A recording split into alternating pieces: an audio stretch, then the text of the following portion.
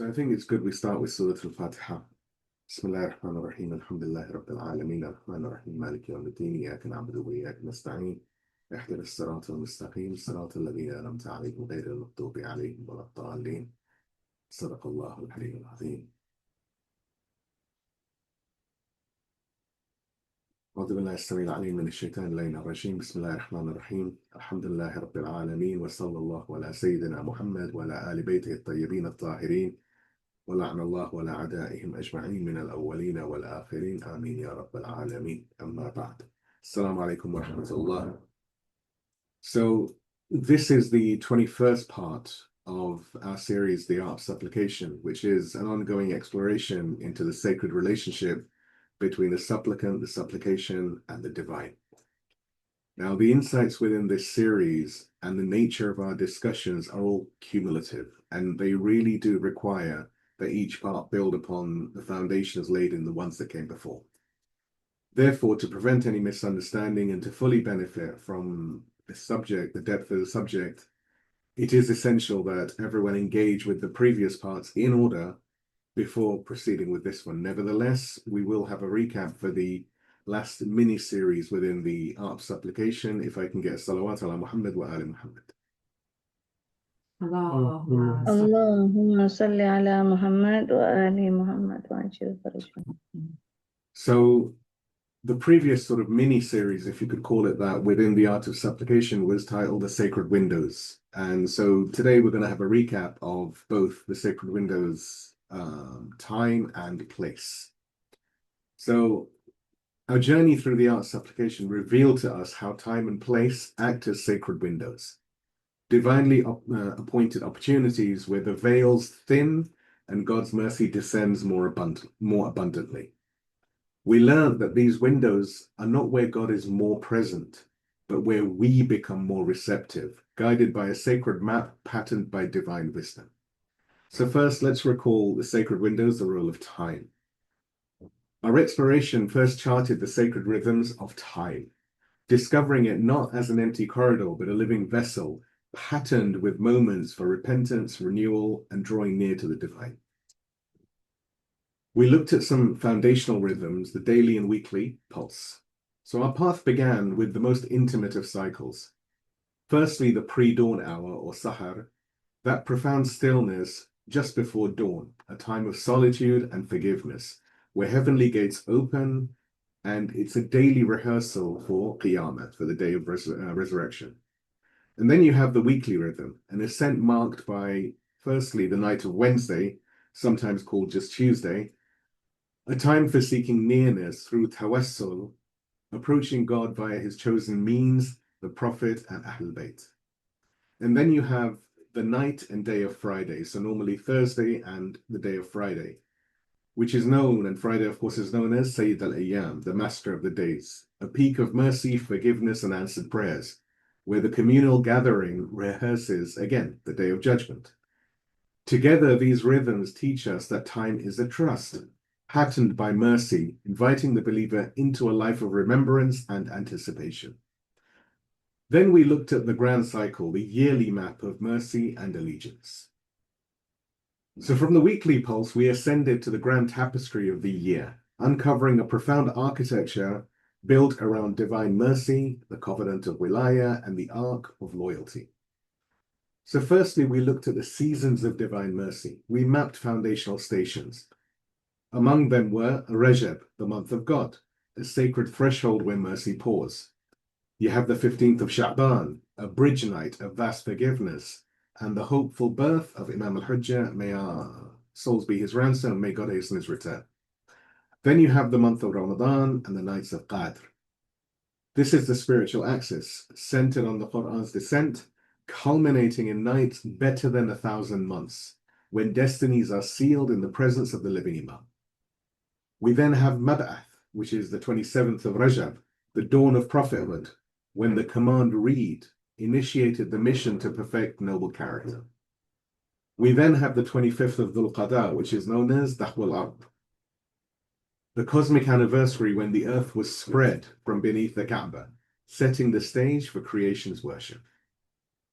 We then have the covenant of wilayah, we witness the establishment of divine guardianship through three movements. Firstly, you have Mubahala, the living testimony where the purity of Ahlul Bayt stood as irrefutable proof. Second, you had Ghadir, the solemn proclamation completing the religion by establishing the unbroken chain of Imamah. And then you have Eid al-Zahra, the joyful renewal, marking the start of the Imamah of our living Imam, may our souls be his ransom, may God hasten his return, transforming sorrow into forward-looking hope. We then had the arc of loyalty. We learned how the covenant is tested and affirmed through trial and sacrifice. This included Arafah, the day of recognition or Ma'rifah, confronting our essential poverty to receive God's infinite mercy. Then you have Ashura, the day of sacrifice, when loyalty bled onto the sands of Karbala, and this is defined by Imam Hussein's eternal cry of Hayat min al-Dhilla, that far from us is humiliation. And then you have Arba'in, the day of return, when grief walks and transforms into a global mission, renewing the covenant with every step.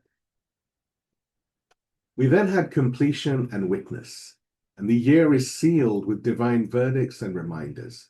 So you have the great Eids, you have the Eid of Fitr and the Eid of Adha, divine judgments of acceptance after striving.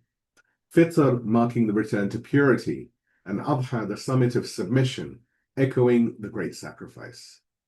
You then have the white days, Ayyam al-Bayd, monthly training in reflecting the divine light, like the full moon, preparing the soul for the age of occultation. And you have the days of God, Ayyamullah, decisive, visible interventions in history, past and present, shattering illusions and proving God is the ultimate actor. Our journey through sacred time revealed a complete spiritual syllabus, training the heart in remembrance, gratitude, loyalty, sacrifice, and active anticipation for the greatest day of God, which is the return of the Imam of our time, may our souls be his ransom. So now from this, we move on to the sacred windows, the role of place, which is the second half of that mini-series. So having understood time as a sacred map, our focus turned to the holy ground upon which this sacred history unfolded, guided by the principle that when the earth becomes the place of divine manifestation, it becomes the descent point of mercy and the sanctuary of worship. So firstly, we looked at foundational sanctuaries, Mecca, Medina, and al-Aqsa, al-Quds. Our path began at the Quran's foundational geography. Mecca, or Masjid al-Haram, the primordial sanctuary, the axis from which creation spread, the eternal Qibla, orienting all bodies and souls, mirroring the ultimate sanctuary, the believer's purified heart. Secondly, we had Medina, Masjid al-Nabi, the luminous sanctuary, where revelation became community, founded on taqwa, God awareness, and ithar, selflessness and support. The blueprint for a society wedding worship and justice. And the third one is Al-Quds, or Masjid al-Aqsa, the covenantal bridge, linking all prophets, its sanctity a global symbol of justice and a measure of the Ummah's integrity. These three anchor points establish that the earth is not passive, but rather it is a living witness consecrated by divine acts. We then went to look at sanctuaries forged in trial, allegiance, and preservation. Our journey then took us through a profound syllabus etched onto the land. So first you have the triangle of Iraq.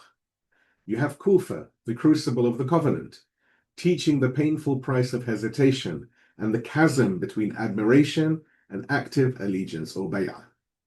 You then have Karbala, the criterion of truth, where Imam Hussein wrote the grammar of wilaya in blood, teaching the unity of love and disavowal. Najaf, which is the citadel of preservation, the fortress of guardianship built around the gate of knowledge, Imam Ali, anchoring the Hawza and the covenant of the Marja'iyah. You then have the sanctuaries of the heart, Iran. You have Mashhad, the sanctuary of mercy, home to Imam al-Rida, the Gharib al-Ghuraba, and the Zamina Ahu, whose compassion flows institutionally. You then have Qalb, the garden of loyalty, founded upon the fidelity of Sayyidah Fatima Ma'suma, proving feminine sanctity shapes civilizations, and that true intercession or shafa'ah empowers loyalty. And then you have the graveyards of the martyrs and the pedagogy of death, teaching us that the shuhada or the witnesses are truly alive, correcting our fear calculus through the certainty or yaqeen of figures like Maytham Tammar. Then you have the thresholds of concealment and continuity.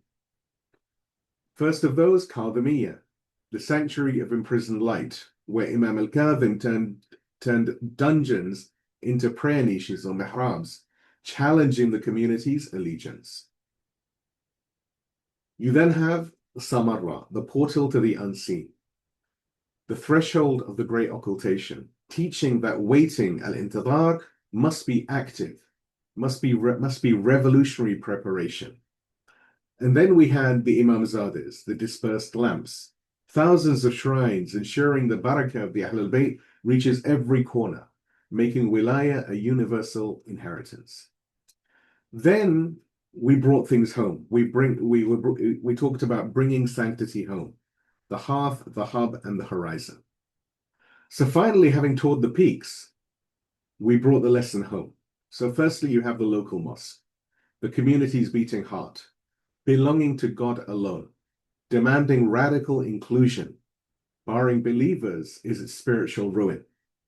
You have the community center, the modern sahan or courtyard, a living body nurturing all limbs, children's and elders, where service builds true brotherhood, ukhuwah. Virtual communities, such as ourselves, must act as refuges, aiming to heal the physical. The home and beyond. The home as the first sanctuary and micro-wilaya. The entire earth as a potential masjid, reclaiming public space through intention, niyyah, and action. Now, the ultimate lesson from sacred places mirrors that of sacred time. We visit the external signs on the horizon to learn how to cultivate the signs within ourselves. The most sacred space is the purified heart of a believer, and our duty is to sanctify our own corner of the world, becoming active map makers of a sacred world, preparing the earth for its true inheritor. Having journeyed through the external conditions, the sacred rhythms of time and the consecrated grounds of place, our exploration now turns inward.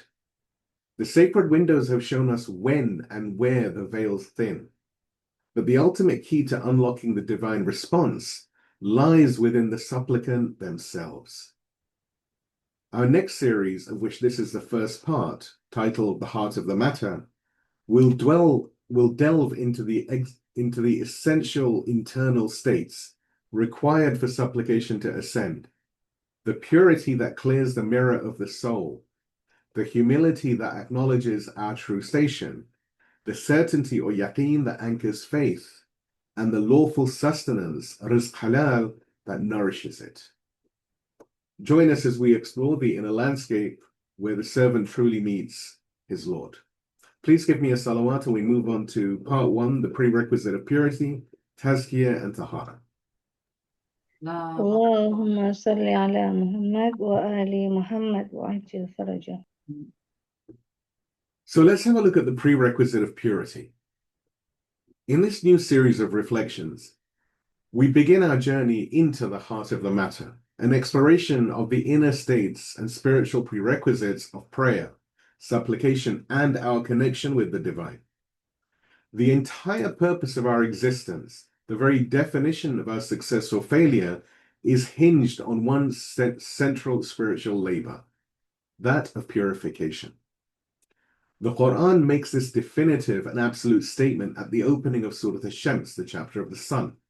After swearing a series of profound oaths by the sun, by the moon, by the day, by the night, and the heavens, God brings all this cosmic majesty to bear on a single point, the human soul itself. He declares, "He has indeed succeeded who purifies it," that is the self, "and he has failed who corrupts it." And this is from Quran, Surah Ash-Shams, the chapter of the sun, 91st chapter of the Quran, verses 9 to 10.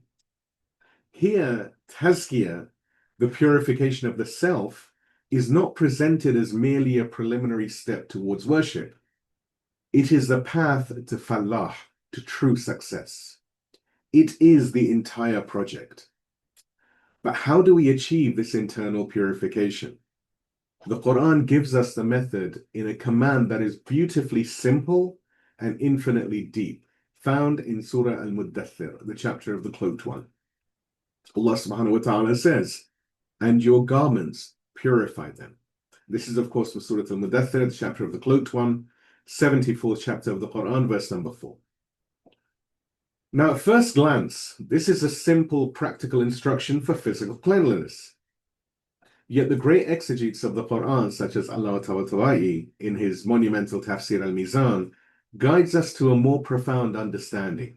He presents the deeper metaphorical interpretations that have been understood by commentators, noting, and Allama says, "And it is said, it is a metonymy, a kinaya, for purifying one's actions from deficiency and fault. And it is said it is a metonymy, again, kinaya, for purifying the self or the nafs from the filth of sins and disobedience." And for those who are not aware, a metonymy is it's a figure of speech in which a concept or object is referred to by the name of something closely associated with it. So for a simple example, when we say the crown, the inference and the meaning is the monarchy.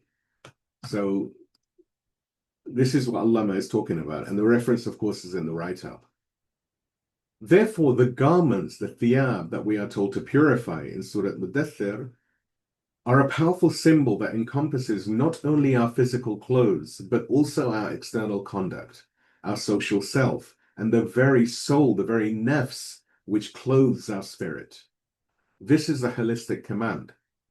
Taharah, which is ritual and physical purity, is the external expression and the necessary means to achieve the ultimate goal of Tazkiyah, which is internal spiritual purification. The two are inseparable. One is the body, the other is the soul. So let's now look at the lesson for the present, from habit to adab or etiquette. This understanding has a direct and transformative impact on our daily lives, particularly on our most repeated act of purification, which is wudhu or ablution. For many of us, wudhu has become a robotic habit, a ritual chore to be completed before prayer. We rush the water over our limbs while our minds are occupied with work, arguments, or other worldly distractions. But its true purpose is to realign the internal with the external. The great Gnostic and jurist Imam Khomeini, may God rest his pure soul, in his work al-Salah, the etiquette or disciplines of prayer, explains this spiritual dimension with piercing clarity. He guides us to understand that when we wash our face, we must intend to purify it from looking at anything other than God. In his own words, he says, "As you wash your face, your outer face, which is the place of vision, with pure water, wash your inner self also from turning or attending to other than God, the exalted and the majestic, and prepare yourself to enter the presence of the generous one." And the reference is, of course, in the write-up. We are not just washing away dust. We are consciously cleansing our eyes of the spiritual filth accumulated from consuming meaningless content, from looking at the forbidden or haram, or from gazing upon fellow believers with contempt. When we wash our hands, we are symbolically severing the grip of desire.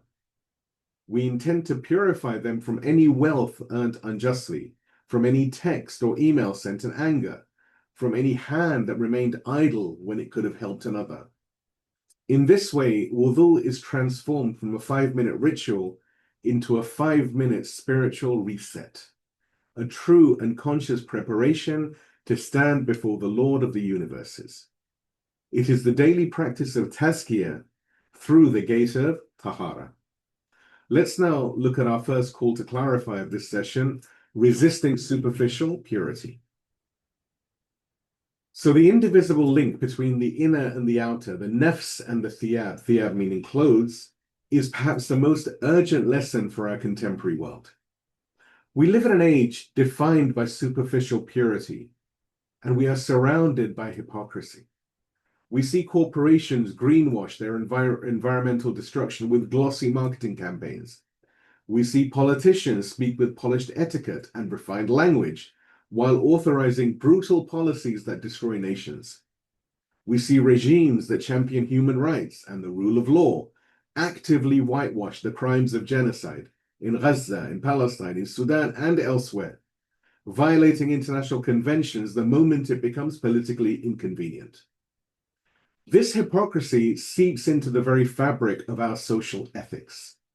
Human life itself is desanctified. Abortion is promoted not as a tragic necessity in very, very rare circumstances, but rather as a convenience, casting a child as a burden to be discarded rather than a blessing to be cherished. The elderly, who gave their best years to build society and to care for us, are now discussed in terms of euthanasia to reduce the burden on the health system, discarded by the very children that they cared for. All the while, the entire edifice of social media obsesses over a clean public image, a pristine digital garment, while it promotes a culture of rijs, of filth, in the form of gossip, envy, intellectual arrogance, and systemic falsehoods. Our call to clarify is to reject this profound spiritual dishonesty. We must clarify, first to ourselves and then to our communities, our families, and loved ones, that you cannot have clean garments and a corrupted self. This is the very essence of nifaq or hypocrisy. As stated, the Quran despises arguably more than open disbelief the idea of hypocrisy. This is also the defining error of the deviant Khawarij. And if you want to know who the Khawarij are and you don't know, you can go to the write-up and it's footnote number 2. This is the defining error of the deviant Khawarij, both ancient and modern. They are obsessed with external garments of piety, the length of a beard, the style of a garment, while their hearts are filled with the Najasa or impurity of arrogance, condescension, and a readiness to condemn everyone else. The true resistance found on the Gnostic school of Ahl al-Bayt understands this principle perfectly. When a figure like the great martyred commander Hajj Ahmad Mughniya, may God rest his pure soul, is said to have remarked that the life of a resistant soldier is only 5% fighting and 95% working on the ruh, or the soul, he was voicing this exact Quranic truth. This is the hidden ideology that the world, in its superficial analysis, fails to see. That 95% is the labor of Tazkiyah and Taharah. It is the relentless purification of intent to ensure that every action, every garment of conduct is purely for God. This is what transforms a human being into an unstoppable spiritual force, not just a military one. Please give me a salawat and we move to the second point, which is the indivisible link, the body's Taharah and Qalb Tahir, the pure heart. اللهم صل على محمد وآل محمد وعجل فرجهم. So this connection between the outer act and the inner state is not merely symbolic. It is a foundational principle of our faith, articulated with devastating precision by Imam Ja'far al-Sadiq, peace and blessings be upon him. He provides a spiritual equation that shatters all forms of ritualism. Imam al-Sadiq is quoted to have said, and this is, of course, the references in the write-up, but it's from Al-Kafi. He said, no prayer is accepted without purification, and no purification is accepted without a pure heart. So let us reflect on this chain of logic. The acceptance of our entire prayer is dependent on the validity of our purification. But then the Imam adds a critical link. The acceptance of that purification or Taharah itself is dependent on the state of our hearts, our qalb. This means that our wudhu or ghusl, no matter how jurisprudentially perfect, no matter how meticulously we wash every limb, is rendered spiritually void if the heart that commands it is impure. The water washes the skin, but it is the heart that validates the act. It is the heart that validates the limbs, not the other way round. This completely destroys the false comfort of ritualism. The idea that we can go through the motions of worship while harboring arrogance, malice, envy, and so much more, and still be considered pure before God. So a lesson for the present, the internal wudhu. So if our purification is contingent on a pure heart, we must immediately ask ourselves, what is an impure heart? What is this spiritual najasa or impurity that invalidates our worship? The great scholars of akhlaq or ethics identify them as the spiritual diseases of arrogance, kibr, envy, hasad, malice, miserliness, and the love of the self, hubb al-nafs. These are the true impurities that block our connection to the divine. Therefore, our lesson is to institute a daily internal wudhu. Just as we instinctively check our clothes for a drop of physical impurity before praying, we must develop the spiritual instinct to check our hearts for these far more serious impurities. How do we apply this?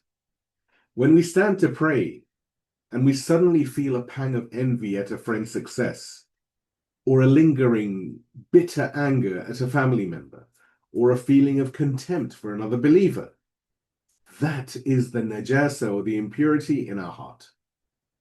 The practical lesson, as exemplified in the teachings of Urafa or Gnostics like the late Ayatullah Bahjat, may God rest his pure soul, is to actively counter it. He famously advised, the cure for envy is this. If you see a blessing someone has and you feel uneasy in your heart, practically force yourself to make dua for that person and ask God to give that person more. And of course, the reference is in the write-up. This is the active and often extremely difficult labor of purifying the heart. We must force our heart to be purified. In that moment, we make a sincere dua for the person we, for example, envy, saying, "Oh God, bless them in their success and grant them even more from your vast bounty." Of course, this doesn't apply to actual aggressors and oppressors. This is within a regular scenario. We must actively seek forgiveness for the one against whom we hold malice. This is the fight to ensure that our heart is clean as the water we put on our faces. Let's now look at the call to clarify, from takfir to istighfar. The societal malady that stems from this is clear.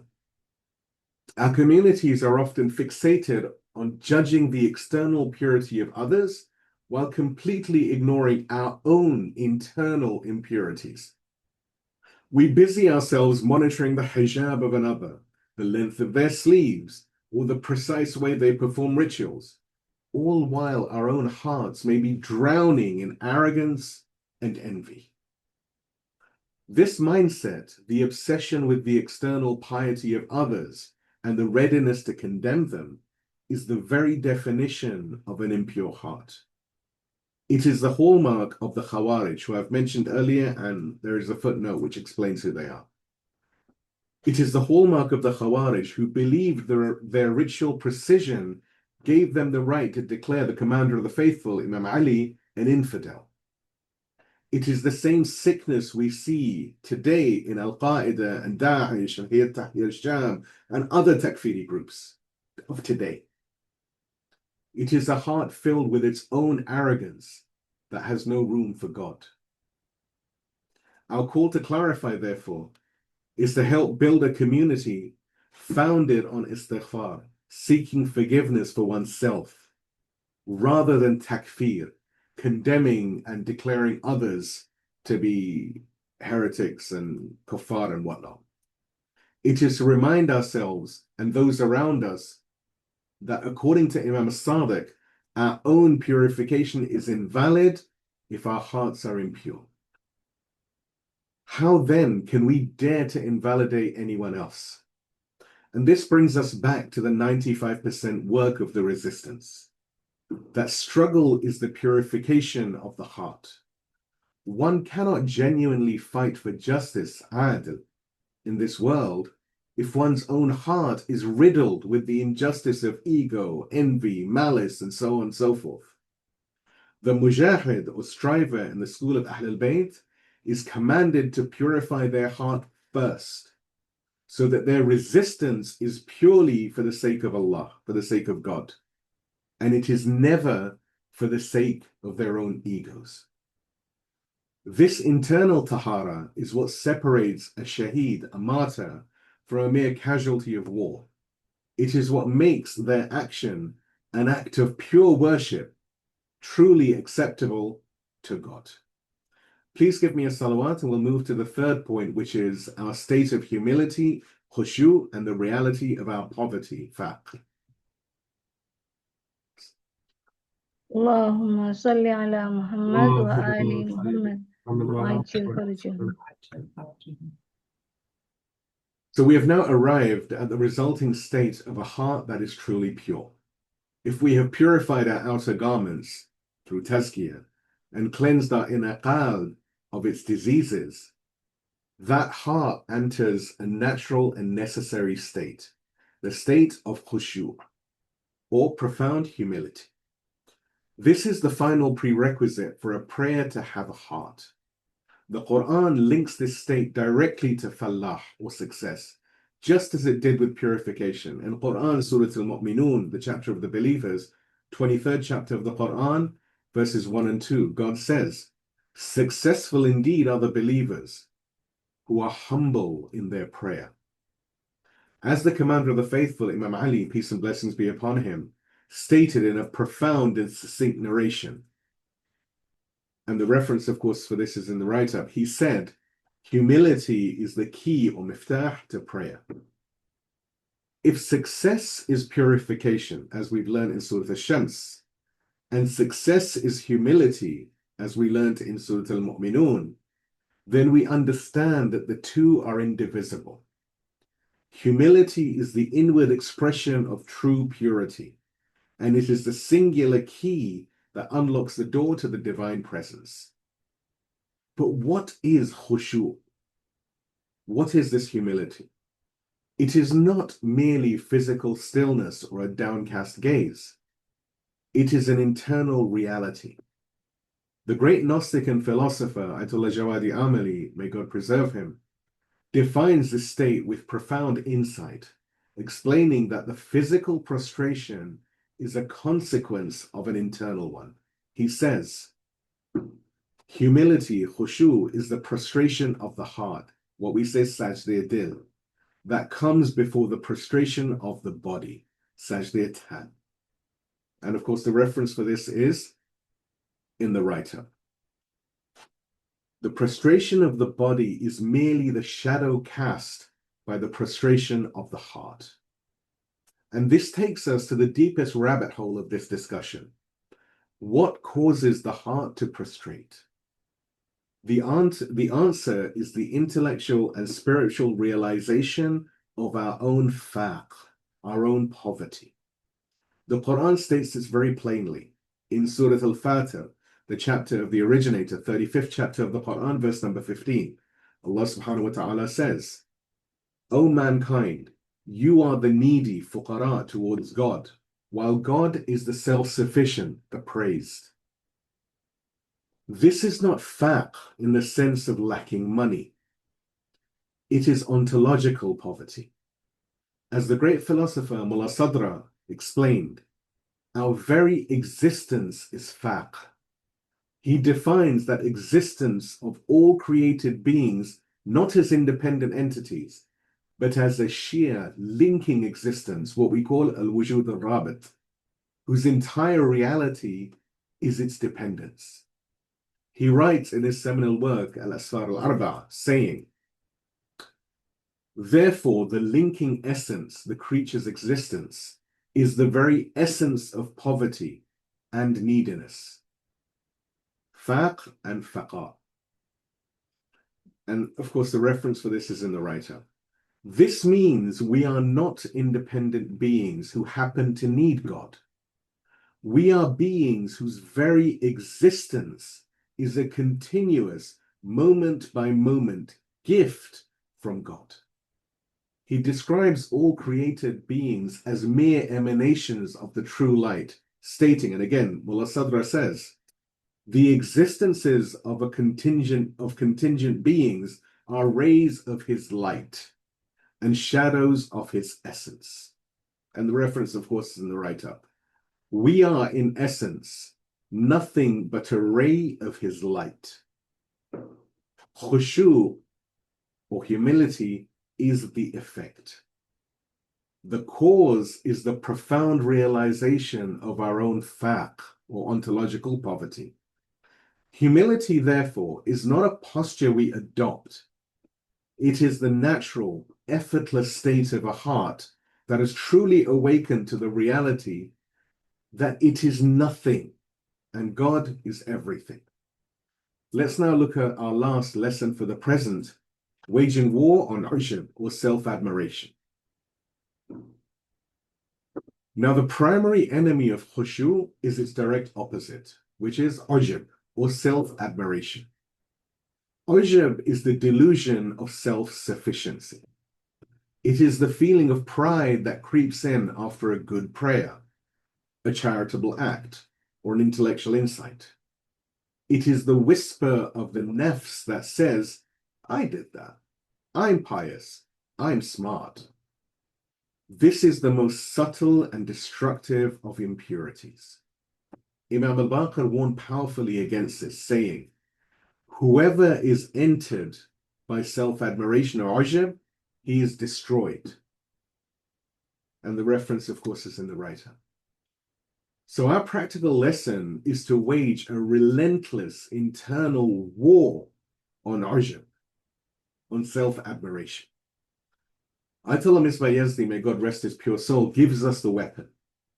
He explains that the root of ujub is attributing perfection to ourselves, and its cure is to recognize its true source.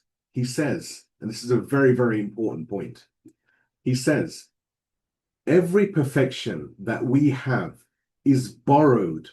It is not ours.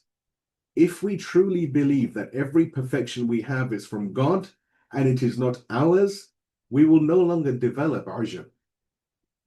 When we feel that whisper of ujub, we must immediately apply this reality. We must tell our nafs, our soul, this eloquence is not mine, it is his loan. This insight is not mine, it is his gift. This act of charity was not my generosity, it was his tawfiq, divinely granted ability and success that allowed my hand to move.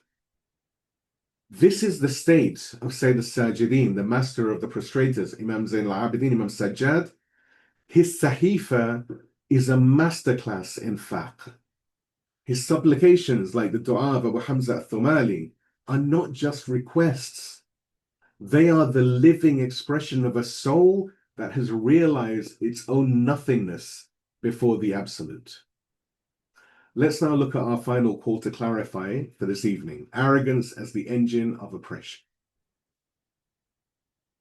The modern world, particularly in the collective West, is built on the denial of faqr. It is a civilization built on the cult of the self, on self-worship, on the satanic declaration of Iblis, I am better. This arrogance, or Kibr, is the engine of all modern oppression. It is the geopolitical arrogance of powers that believe they have the right to dominate nations and plunder resources. It is the intellectual arrogance of those who mock faith and spirituality. It is the financial arrogance of a global riba-based or interest usury-based system that grinds down the poor. This is our final and most critical link, bringing us to the very essence of Surah al-Asr. God swears by the passage of time itself that humanity is in a state of utter loss.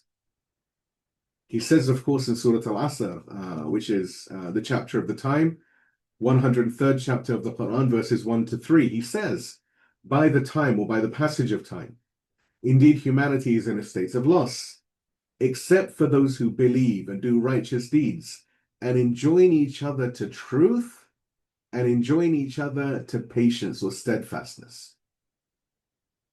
So we must now ask, who is incapable of sabr, patience or steadfastness? Who is incapable of this?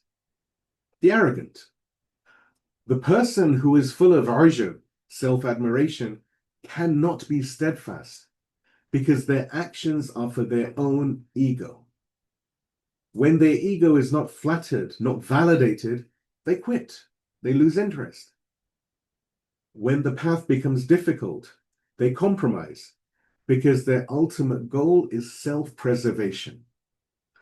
Only the one who understands that faqr, their own faqr, that they are nothing and God is everything, only such a person can truly be steadfast. Their sabr is absolute because their reliance is absolute. This is the secret of the resistance fighter from the school of Ahlul Bayt. Their humility, their khushu, is their strength. Their poverty, their faqr, is their wealth. They are invincible not because they believe they are something, but precisely because they have realized that they are nothing without Him. And therefore, with Him, they are everything. Please give me a salawat and we move to the conclusion, which is titled The Journey from Ritual to Reality. Allahumma salli ala Muhammad wa ali Muhammad. So in this first part of our journey into the heart of the matter, we have laid the foundation. We have seen that prayer is not an isolated act, but the culmination of a profound internal labor. We began with purity or Tazkiyah, learning that the command to purify our garments was in reality a command to purify our very self, our conduct, our actions, and our soul. We then learned that this purification is validated only by a pure heart, Qalb Tahir, a heart free from the spiritual Najasa of envy, malice, arrogance, etc. Finally, we saw that this pure heart enters a natural state of humility or Khushu, which is born from the deepest of all realizations, our ontological poverty or faqr before the absolute richness of God. Prayer is not something we simply do. It is a state we must enter. The work of these 3 points is the prayer before the prayer. As we leave this session, let us take 3 simple, practical lessons to apply in our daily lives. Number 1, make your wudhu a conscious reset, not just a ritual. As you wash your face, consciously wash away negative thoughts. As you wash your hands, consciously wash away the residue of harsh words or an unjust action. Number 2, cure your envy with dua. The next time you feel the pang of hasad, envy, follow the advice of Ayatullah Bahjat. Force yourself to pray for that person. Ask God to give them more. In doing so, you purify your own heart. And 3, defeat your pride with gratitude. The moment you feel any ujub or self-admiration after a good deed, immediately counter it. Say, "Oh God, this was not from me. This was your tawfiq. Thank you for using me as a vessel for your good. Anything good I have is from you, and the mistakes are all mine." This is the path. This is the way. It is the journey from a prayer of ritual to a prayer of reality. It is the work of a lifetime, and it is the heart of the matter. Please give me a salawat, and we move to the supplication for this evening, which is titled A Whisper of Poverty and Purification. اللهم صل على محمد وآل محمد. In the name of God, the most gracious, the most merciful. O God, send your blessings upon Muhammad, the seal of the prophets, and upon his pure and immaculate family, and upon his righteous companions. My God, I stand at your door, clothed in the garments of my heedlessness. You commanded me purify your garments, but my true garments, my nafs, is stained with the filth of my sins. O you, the all-pure, wash me with the waters of your mercy. Cleanse my gaze from all but your beauty. Cleanse my hands from all but your service. Cleanse my heart from all but your love. My Lord, you have taught me that my purification is worthless, save by a pure heart. But how can my heart be pure when it is home for envy, Hasad, and a throne for arrogance, Kibr?